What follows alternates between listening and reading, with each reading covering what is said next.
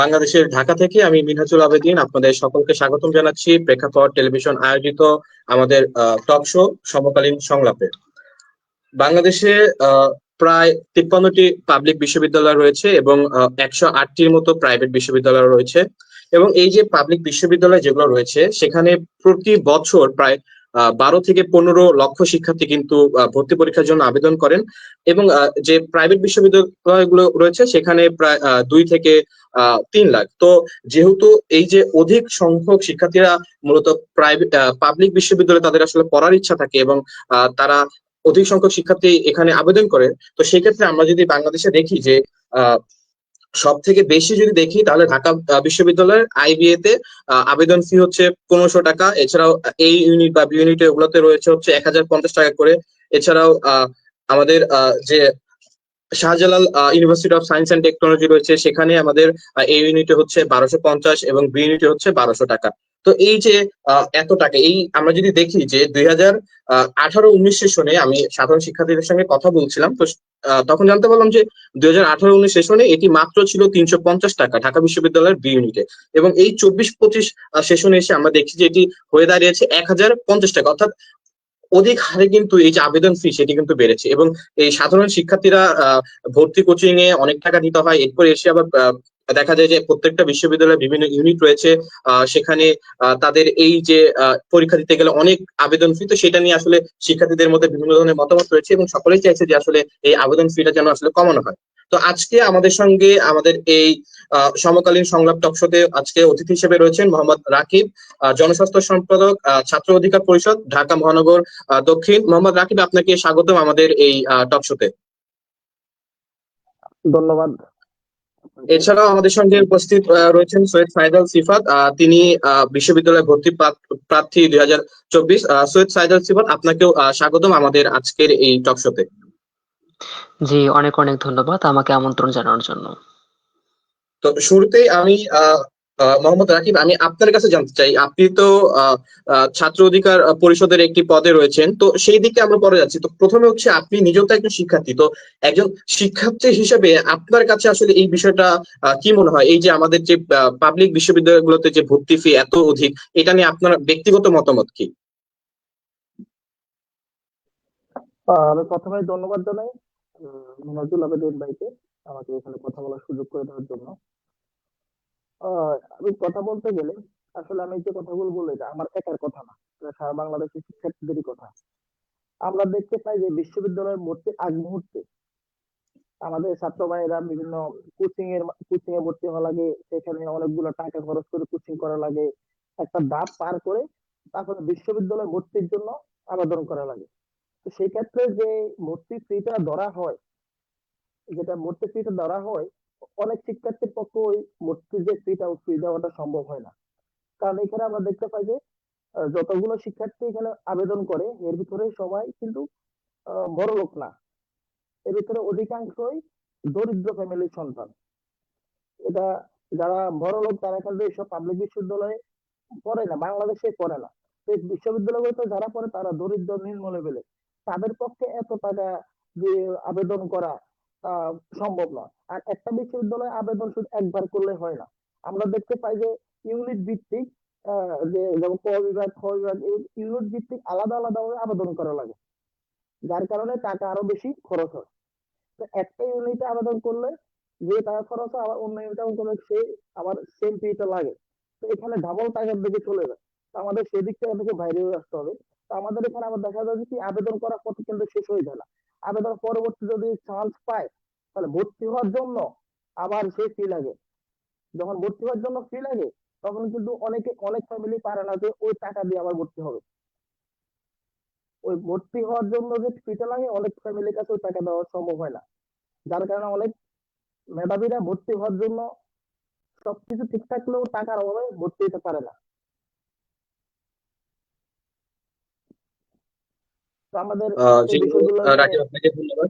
আচ্ছা, এবারে আমি সৈয়দ সাইদুল সিফাত, আপনার কাছে জানতে চাচ্ছি যে আপনি তো 2024 সালে এইচএসসি পরীক্ষা দিয়েছেন এবং আপনি নিজেও একজন বিশ্ববিদ্যালয়ে ভর্তি প্রার্থী। তো আপনার অনুভূতিটা কেমন, বা এই যে যখন বিশ্ববিদ্যালয়ে ভর্তির জন্য যে কোচিং গুলো করেছেন সেখানে তো আসলে বিপুল পরিমাণে অর্থ আপনাকে দিতে হয়েছে, এরপর আবার এসে যে ভর্তি আবেদন করার ক্ষেত্রে যে টাকা লাগছে, এটা আপনার কাছে কি মনে হয় যে টাকাটা কি আসলেও যে পরিমাণটা নির্ধারণ করা রয়েছে সেটা কি ঠিক রয়েছে, নাকি কিছুটা কমালে শিক্ষার্থীদের জন্য বা আপনার নিজের জন্য আসলে এটা উপকার হবে? জি, আপনাকে অনেক অনেক ধন্যবাদ আমাকে সুযোগ করে দেওয়ার জন্য। তো আমি আসলে এখানে প্রথমে যে কথাটি বলতে চাই যে আমাদের মোহাম্মদ রাকিব ভাই তিনি যে কথাটা বলেছেন যে আমাদের সবার জন্যই কিন্তু এই কথাগুলো প্রযোজ্য। শুধু আমি একা যদি প্রযোজ্য নয়। আমি একটু যদি লিভ নিতে পারি আপনাদের কাছ থেকে, জাস্ট সামান্য একটু সময়। জি, অবশ্যই।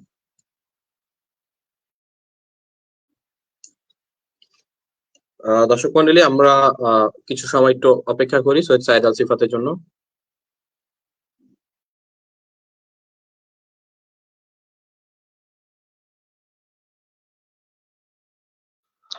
তো ধন্যবাদ একটু অপেক্ষা করার জন্য।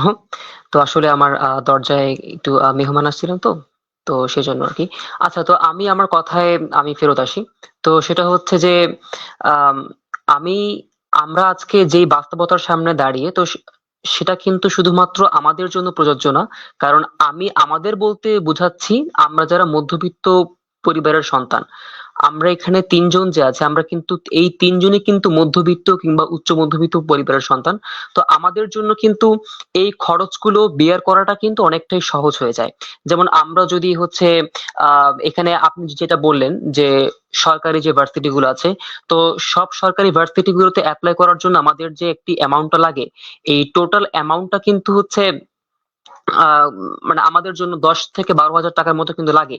তো এইটা কিন্তু আমাদের জন্য বেয়ার করাটা মানে মোটামুটি সম্ভব হলেও কিন্তু আমাদের যারা একটু নিম্ন আয়ের মানুষ যারা আছেন আমাদের দেশে, তো তাদের জন্য কিন্তু এই অর্থটা বের করাটা কিন্তু অনেকটাই অসম্ভব হয়ে দাঁড়ায়। কারণ আম, আমরা জানি যে বর্তমানে যে যে পরিস্থিতি চলছে, বাংলাদেশের অর্থনীতি কিন্তু বর্তমানে তেমন ভালো অবস্থায় নেই।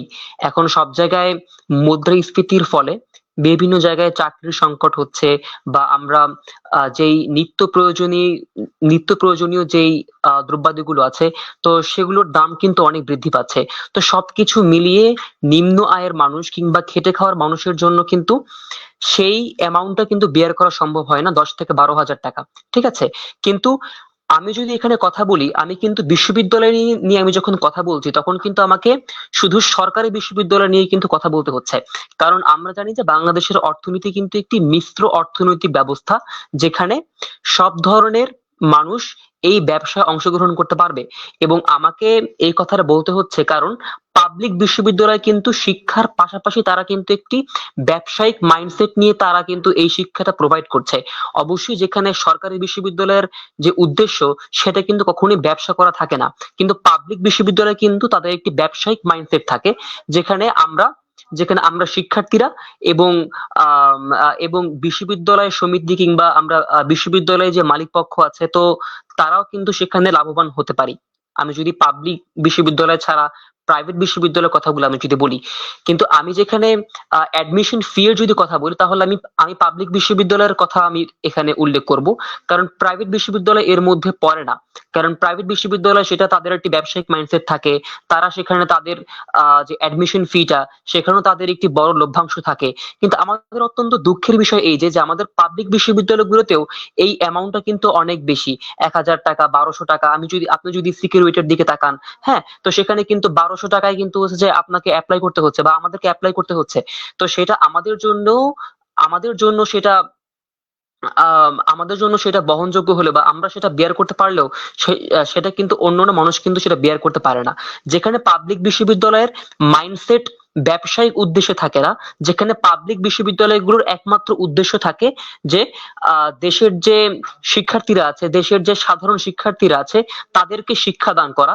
এবং যেখানে পাবলিক বিশ্ববিদ্যালয়ে বছরে হাজার কোটি টাকা তারা আম, ভর্তুকি নেয় সরকারের কাছ থেকে, সেখানে তাদের এই অ্যাডমিশন ফিটা আসলে আমার কাছে সেটা খুবই অযৌক্তিক মনে হয়েছে। কারণ আপনি যদি চিন্তা করেন, তাহলে আপনি তাহলে কিন্তু দেখবেন যে একজন শিক্ষার্থী এইচএসসি পর্যন্ত কিন্তু তার বাড়তি আয়ের উৎসটা খুবই কম থাকে। কারণ একজন শিক্ষার্থী যখন ভার্সিটিতে ওঠে, তখন তার বাহ্যিক আয়ের অনেক সুযোগ তৈরি হয়, তখন সে বিভিন্ন জায়গা থেকে সে আয় করার অনেক উৎস খুঁজে পায়। কিন্তু যখন সে এইচএসসি পর্যন্ত যখন সে থাকে, তখন কিন্তু তার এই আয়ের উৎসটা কিন্তু সেভাবে কিন্তু থাকে না। হ্যাঁ, তো এই এই জায়গায় দাঁড়িয়ে এই জায়গায় দাঁড়িয়ে আমরা যদি চিন্তা করি, তাহলে বিশ্ববিদ্যালয়ে ভর্তির পরবর্তী পরবর্তী অবস্থায় শিক্ষার্থীদের যেই অ্যামাউন্টটা বেয়ার করতে হয়, সেটা কিন্তু শিক্ষার্থীরা ঠিকই করতে পারে, কারণ তাদের একটি বাড়তি আয়ের উৎস থাকে।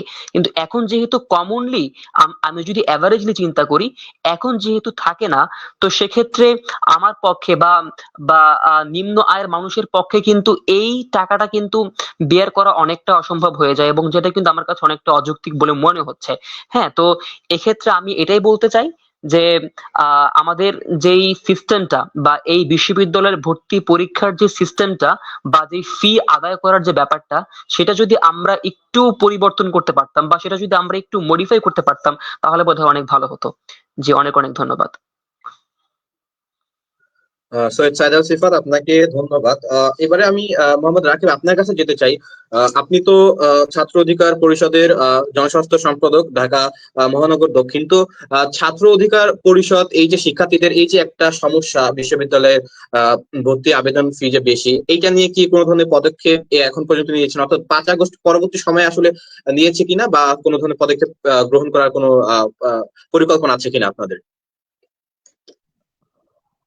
জি, আপনারা জানেন বাংলাদেশ ছাত্র অধিকার পরিষদ একটা ছাত্রদের দ্বারাই পরিচালিত হয়, যেটা যারা রানিং ছাত্র তাদের মাধ্যমে ছাত্র অধিকার পরিষদটা পরিচালিত হয়। বাংলাদেশ ছাত্র অধিকার পরিষদ সবসময় ছাত্রদের পাশে থাকে, ছাত্রদের যে যৌক্তিক দাবিগুলা, সেই দাবিগুলা নিয়ে কথা বলার চেষ্টা করে এবং সেই দাবিগুলা পূরণ করার চেষ্টা করে। আপনারা আহ, কিছুদিন আগে যদি দেখেন, এই যে আমাদের যে বিভিন্ন সরকারি চাকরি, বিশেষ ক্যাডার সহ বিভিন্ন সরকারি চাকরিতে যে আবেদনে যে যে পরিমাণ টাকা লাগতো, সেটা নিয়ে আমাদের একটা কি ছিল, সংবাদ সম্মেলন ছিল, সেখানে কিন্তু আমরা আমাদের দাবিগুলো তুলে ধরছিলাম। তো তার দাবিগুলোর আলটিমেটামের উপর ডিপেন্ড করে আমাদের কিন্তু সেখানে আমরা দেখতে পাচ্ছি যে সরকারি চাকরির আবেদনকে আমাদের যে 200 টাকার মধ্যে রাখার জন্য আমাদের যে দাবিগুলো ছিল, সেখানে কিন্তু সেটা কার্যকর হয়েছে।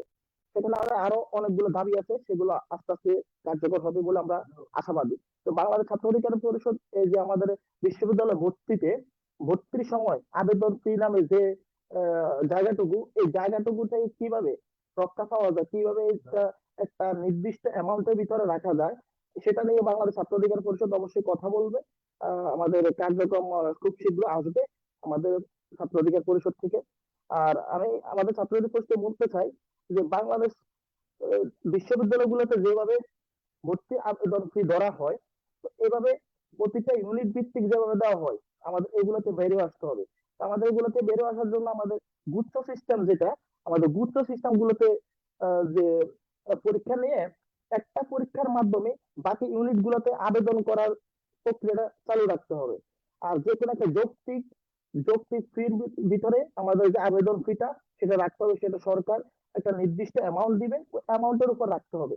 আমরা দেখতে পাই যে আমরা, আমি একটা লিস্টে আমার কাছে আছে, আমি যদি আপনাকে বলি, আমরা দেখতে পাই বিইউপির বিইউপিতে আবেদন ফি আপনার 1100 টাকা। তারপর ঢাকা বিশ্ববিদ্যালয়ে 6 ইউনিটে 1050 টাকা। ঢাকা বিশ্ববিদ্যালয়ের আইবিএ ডিপার্টমেন্টে 1500 টাকা। ঢাকা বিশ্ববিদ্যালয় বি ইউনিটে 1050 টাকা। ঢাকা বিশ্ববিদ্যালয়ে এ ইউনিটে 1050 টাকা। ঢাকা বিশ্ববিদ্যালয় সি ইউনিটে আবার 1050 টাকা। এভাবে এক এক একটা বিশ্ববিদ্যালয় এক একটা ইউনিটে এভাবে অনেকগুলো অ্যামাউন্ট চলে আসে। তো আমাদের এই অ্যামাউন্ট গুলোকে বেরিয়ে আসতে হবে। এই যে ইউনিট ভিত্তিক যে আপনার ক্ষয় ইউনিটে একবার পরীক্ষা দিবে, ক্ষয় ইউনিট একবার পরীক্ষা দিবে, গড় ইউনিট একবার পরীক্ষা দিবে, এগুলোতে বেরিয়ে এসে যদি একসাথে একটা পরীক্ষার মাধ্যমে আলাদা আবেদন ফি, একটা আবেদন ফির মাধ্যমে পরীক্ষা দিয়ে যদি অন্যান্য ডিপার্টমেন্ট ভিত্তিক আবেদন করা যায় ওই রেজাল্টের মাধ্যমে, তাহলে সেটা থেকে আমাদের এই যে কিছুটা কেটে আসা যায়। আমরা দেখি যে আসলে ভর্তি আবেদন ফির পর যদি ভর্তি হয়, সেখানে কিন্তু সবাই সবকিছু শেষ হয়ে যাবে, তারপরে তাদের অনেকগুলো আছে, যাতায়াত ভাড়া আছে, আপনার থাকা খাওয়ার একটা বিষয় আছে, অনেকগুলো অ্যামাউন্ট হয়ে অনেক পরিবারের পক্ষে এগুলা করা সম্ভব হয় না। তো এই বাংলাদেশ ছাত্র অধিকার পরিষদ অবশ্যই এই দাবিগুলো নিয়ে কথা বলবে। বাংলাদেশ ছাত্র লীগ সবসময় ছাত্রদের পাশে থাকে, ছাত্রদের যে যৌক্তিক দাবিগুলা সেই দাবিগুলা নিয়ে কথা বলবে। অবশ্যই আমাদের এই বিষয়গুলো নিয়ে বাংলা ছাত্র অধিকার পরিষদ কথা বলবে।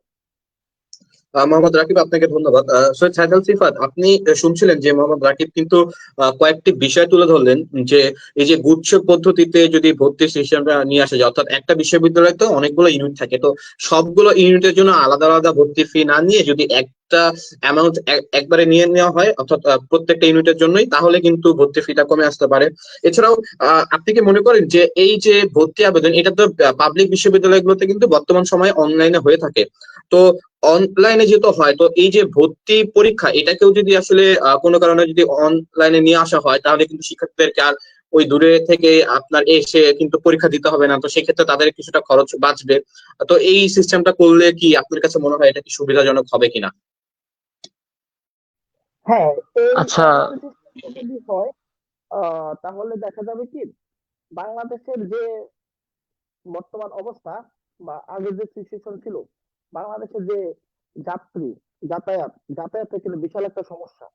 অনলাইন পরীক্ষার মাধ্যমে এই যে ছাত্ররা তাদের যে যাতায়াতের সমস্যাটুকু বা যাতায়াতের যে ভাড়াটুকু, ওই খরচটা থেকে বেরিয়ে আসতে পারবে। তাদের যে তারা অনেকেই আছে আপনার এই যে যাতায়াত যে ভাড়াটুকু, ওই ভাড়াটুকু করতে গিয়ে ম্যানেজ করতে গিয়ে তারা ওই যে ভর্তি আবেদনের টাকা ম্যানেজ করতে পারে না। আবার আবেদনের টাকা ম্যানেজ করতে গিয়ে ওইখানে ভর্তির টাকা ম্যানেজ করতে পারে না। আবার একটার জন্য একটা তাদের এই টাকাগুলো অনেক সময় ম্যানেজ করার জন্য তারা কিস্তির উপর টাকা তোলে, লোন নিতে হয়, বিভিন্ন মাধ্যমে টাকাগুলো নেওয়া হয়। তো এগুলা থেকে যদি বেড়ে আসা যায় অনলাইন সিস্টেম করলে, আমার মনে হয় আমাদের যে যাতায়াত ভাড়াটুকু অন্তত ওইটুক থেকে বেড়ে আসা যাবে, এবং আমাদের অনেকগুলো কষ্ট লাঘব হবে, এমনকি আমাদের সময়ও বাঁচবে। আচ্ছা মোহাম্মদ রাকিব, আপনাকে ধন্যবাদ। আমি সৈয়দ সাইদ আল সিফাত, আপনাকেও ওই একই প্রশ্ন করতে চাচ্ছি যে আহ, যদি এই অনলাইনে যেহেতু আবেদনটা হয়, যদি অনলাইনে যদি যেহেতু অনেকগুলো বিশ্ববিদ্যালয়ে আমরা যদি দেখি যে আসলে এমসিকিউ পদ্ধতিটাই বেশি রয়েছে রিটেনের থেকে, তো এমসিকিউটার জন্য যদি আসলে অনলাইনে নিয়ে যাওয়া হয়, তাহলে কিন্তু খরচ আসলে কমবে কিনা, বা এই ক্ষেত্রে শিক্ষার্থীদের সুবিধা হবে কিনা, আপনার কি মতামত সৈয়দ সাইদ আল সিফাত? আচ্ছা, তো এখানে আপনি দুইটা বিষয় উল্লেখ করেছেন। প্রথমটি হচ্ছে সবগুলো ইউনিটের ভর্তি ফি একবারে নেয়ার জন্য। তো আমি কিন্তু আমার পূর্ববর্তী বক্তব্যে আমি কিন্তু এটা উল্লেখ করেছি যে আমাদের সরকারি বিশ্ববিদ্যালয়গুলোর উদ্দেশ্য কিন্তু হচ্ছে আহ শিক্ষার্থীদেরকে পর্যাপ্ত শিক্ষা বা একদম যেটা গঠনমূলক যে শিক্ষাটা সেটা প্রোভাইড করা, যেখানে আমাদের কোনো ব্যবসায়িক মানসিকতা থাকবে না। হ্যাঁ, তো সেই জায়গা থেকে আমি যদি চিন্তা করি তাহলে এটা অবশ্যই এটা একটি যৌক্তিক কথা যে আমরা একটি নির্দিষ্ট বিশ্ববিদ্যালয়ের জন্য আমরা একটি সার্টেন অ্যামাউন্ট দিয়ে সবগুলো ইউনিটের জন্য আমরা আবেদন যাতে করতে পারি, সেই ব্যবস্থাটা কিন্তু অবশ্যই একটি যৌক্তিক একটি দাবি আমরা বলতে পারি, বা আমরা একটি যৌক্তিক কথা আমরা বলতে পারি। কিন্তু আপনি দ্বিতীয় যে প্রশ্নটা করেছেন, বা আপনি দ্বিতীয় যে স্ট্যান্ড পয়েন্ট আপনি দিয়েছেন, সেটা হচ্ছে যে আমরা অনলাইনে আমরা ভর্তি পরীক্ষাটা আয়োজন করতে পারি কিনা এমসিকিউ ব্যবস্থায়। দেখেন, এখানে আসলে ব্যাপারটা কি, যে আমাদের বাংলাদেশের যে সিস্টেম, সেই সিস্টেমে কিন্তু আমরা কিন্তু আমাদের জায়গা থেকে, বা আমরা কিন্তু আমাদের ঘরে বসে আমাদের নিজস্ব ডিভাইস দিয়ে কিন্তু আমরা সব সময় সব পরীক্ষা বলি কিংবা ক্লাস বলি, আমরা কিন্তু সেখানে অ্যাটেন্ড করে থাকি। এবং বাংলাদেশের তথ্য প্রযুক্তি এতটাও ডেভেলপ হয়নি যে একটি সিকিউরড পরীক্ষা আমরা অনলাইনে আয়োজন করতে পারি, এবং জাতিগতভাবে আমরা সেই জাতি না। এটা আমার বলতে খুব খারাপ লাগছে যে আসলে জাতিগতভাবে আমরা সেই জাতি না যে আমরা খুব ভেতর থেকে আমরা সৎ থাকবো। আমরা অফলাইনে যে পরীক্ষাগুলো হচ্ছে সেখানে দেখতে পাচ্ছি যে প্রশ্ন ফাঁসের মতো ঘটনা ঘটছে, এবং আরো অনেক আহ এবং আরো অনেক অনিয়ম হচ্ছে, আরো অনেক দুর্নীতি হচ্ছে। তো সেখানে যদি আমি অনলাইনে একটি পরীক্ষার আয়োজন করি, তো সেখানে যে দুর্নীতি হবে না, বা সেখানে যে অসৎ উপায়ে পালন করা হবে না, অসৎ উপায় অবলম্বন করা হবে না, সেই নিশ্চয়তা কিন্তু আপনি আমি কেউ দিতে পারছি না। তো সেক্ষেত্রে আমি মনে করি যে আসলে এই অনলাইন ব্যবস্থাটা আসলে কার্যকর করা আসলে অনেকটাই কঠিন। কারণ এই অনলাইন ব্যবস্থা কার্যকর করতে হলে এর আগে আমাদের পুরো সিস্টেমটাকে ডেভেলপ করতে হবে। আমাদের যে এডুকেশনাল সিস্টেম বা আমাদের যে তথ্য প্রযুক্তি, আমাদের যে ইনফ্রাস্ট্রাকচারাল ডেভেলপমেন্ট, আমাদের এই এই ব্যবস্থাটা কিন্তু ওতপ্রোতভাবে জড়িত। হ্যাঁ, তো আমরা যদি এই ব্যবস্থাটা দাঁড় করাতে চাই যে যেখানে শিক্ষার্থীরা খুব কম খরচেই বাসায় বসে অ্যাডমিশন টেস্ট দিতে পারবে, তো সেই ব্যবস্থা কিন্তু তৈরি করার আগে আমাদেরকে অনেক বিষয় খেয়াল রাখতে হবে, অনেক বিষয় আমাদেরকে এখানে ইনক্লুড করতে হবে। হ্যাঁ, তো এই হচ্ছে আসলে আমার বক্তব্য যে আমরা, আপনি যেটা প্রথম যেই পয়েন্টটা বললেন যে আমরা আহ সবগুলো পরীক্ষা, আই মিন একটি সার্টেন বিশ্ববিদ্যালয়ের সবগুলো ইউনিটের পরীক্ষা যদি আমরা একটি নির্দিষ্ট ফিতে কভার করতে পারি, তাহলে সেটা অবশ্যই আমাদের ছাত্রদের জন্য অনেক অনেক বেনিফিশিয়াল হবে। আর অবশ্যই এটা পাবলিক বিশ্ববিদ্যালয়ের ক্ষেত্রে প্রযোজ্য। আর যদি আমি বলি যে অনলাইনে অ্যাডমিশন টেস্ট গুলো নেওয়ার বিষয়ে যদি বলি, তাহলে সেটা আমাদের বর্তমান কাঠামোর উপরে বেস করে আসলে সম্ভব না। এই ব্যবস্থাটা কার্যকর করার জন্য আমাদের কাঠামোটা আরো অনেক অনেক উন্নতি করা প্রয়োজন। ধন্যবাদ। আচ্ছা, সৈয়দ সাদার সিফাত, আপনাকে ধন্যবাদ।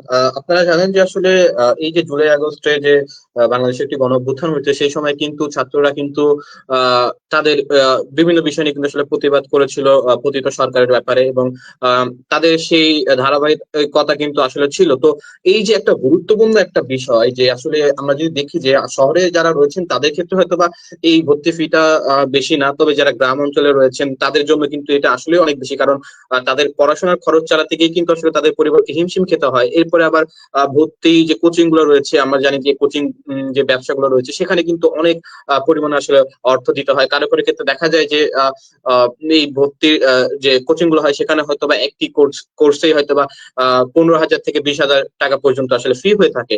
তো তারপরে এসে আসলে প্রত্যেকটি বিশ্ববিদ্যালয়ে এরকম আলাদা ইউনিটে আসলে আবেদন করে আসলে ভর্তি দেওয়াটা আসলে খুবই আসলে জটিল একটা বিষয়। তো এই বিষয়টা নিয়ে মোহাম্মদ রাকিব, আপনি কি মনে করেন না যে ছাত্রদের এই জিনিসটা নিয়ে আসলে প্রতিবাদ করা দরকার, বা এটা নিয়ে আসলে তাদের কথা বলা দরকার?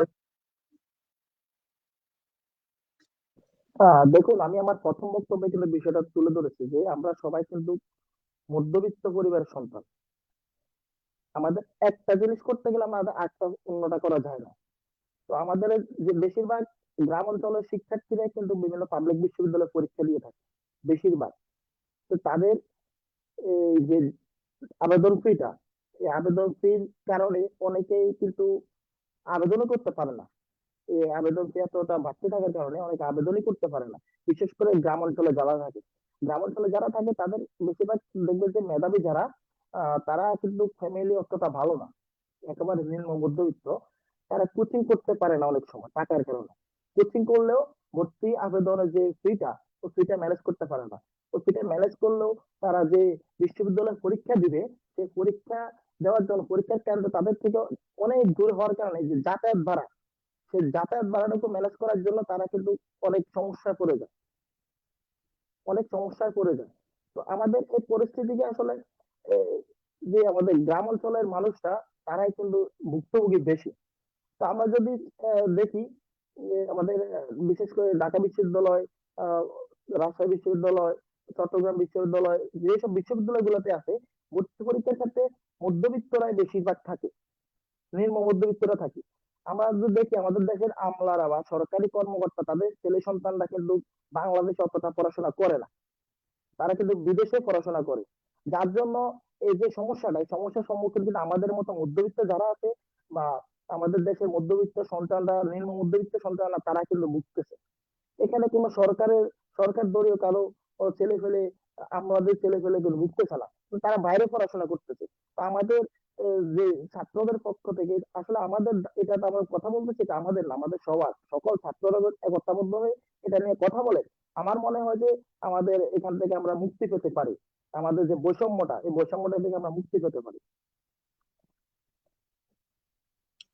আহ জি, মোহাম্মদ রাকিব, আপনাকে ধন্যবাদ। আমরা আজকের যে আমাদের টক শো আমরা একদম শেষ পর্যায়ে চলে এসেছি, এবং দর্শক আপনাদেরকে একটি তথ্য জানিয়ে দিই, সেটি হচ্ছে যে 15ই ডিসেম্বর অর্থাৎ আজকে বৈষম্য বিরোধী ছাত্র আন্দোলনের আহ্বায়ক হাসনাত আবদুল্লাহ তিনি তার ফেসবুক পেজে একটি পোস্ট শেয়ার করেছেন, যেখানে তিনি শিক্ষা মন্ত্রণালয়ের দায়িত্বে যে উপদেষ্টা মহোদয় যিনি রয়েছেন তার সঙ্গে একটি ছবি পোস্ট করে তিনি শেয়ার করেছেন যে এই যে বিশ্ববিদ্যালয়ের শিক্ষার্থীদের যে ভর্তি আবেদনের যে বিষয়টা এটি নিয়ে তিনি তার সাথে কথা বলেছেন, এবং এই শিক্ষা উপদেষ্টা তিনি কিন্তু আশ্বস্ত করেছেন যে এই বিষয়টা নিয়ে তিনি বিশ্ববিদ্যালয়ের যারা মঞ্জুরি কমিশনের যারা রয়েছেন সেখানে যেন আসলে প্রয়োজনীয় যেন পদক্ষেপ গ্রহণ করা হয়, সেই ব্যাপারে আসলে তিনি সুপারিশ করবে। তো দর্শক মন্ডলী, আপনাদেরকে আজকে আমাদের এই টক শোটি দেখার জন্য অসংখ্য ধন্যবাদ, এবং আজকে আমাদের সঙ্গে যে দুজন অতিথি হিসেবে রয়েছেন মোহাম্মদ রাকিব এবং সৈয়দ সাইদুল সিফাত, আপনাদেরকেও আজকে আমাদের এখানে যুক্ত থাকার জন্য অসংখ্য ধন্যবাদ।